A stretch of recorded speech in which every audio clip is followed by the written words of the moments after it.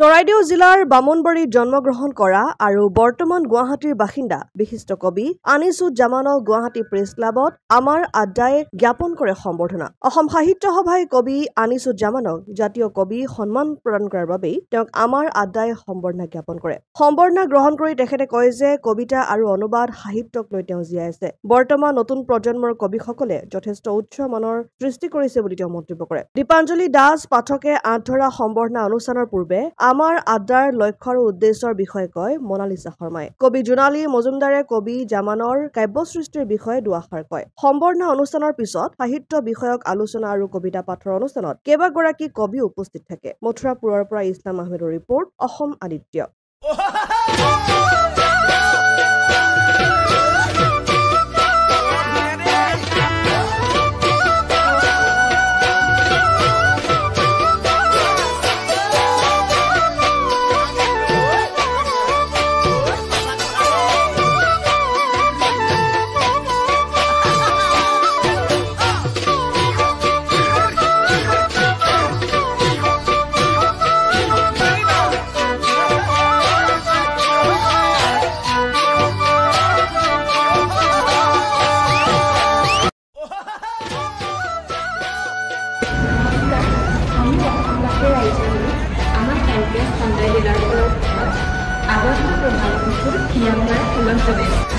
আপোনালোকৰ বিহু লাগিছে নে? আমাৰ কিন্তু ডিলাৰত লাগিছে।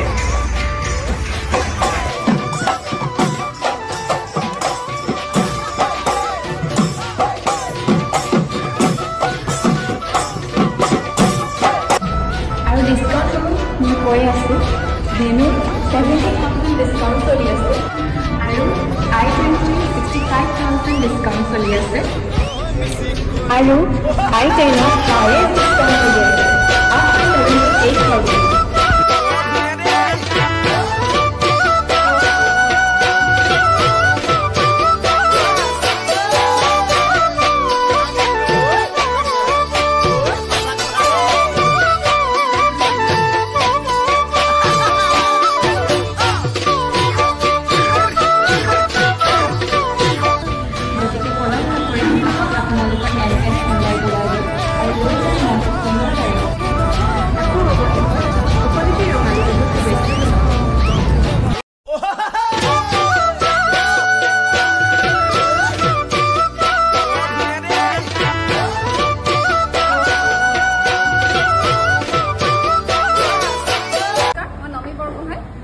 অসমবাসী ৰাইজক NKS ডিব্ৰুগড় তৰফৰ আগন্তুক ৰঙালী বিহু বিয়া হোৱাৰ শুভেচ্ছা জ্ঞাপন কৰিলোঁ। ঘৰলৈ আপোনালোকে কিবা নতুন বস্তু অনাৰ কথা ভাবিছে নেকি? তেতিয়াহ'লে আপোনালোকে আহক NKS ডিব্ৰুগড়লৈ আৰু আপোনালোকৰ মনপচন্দৰ দুচকীয়া বাহনখন ইয়াৰ পৰা লৈ যাওক।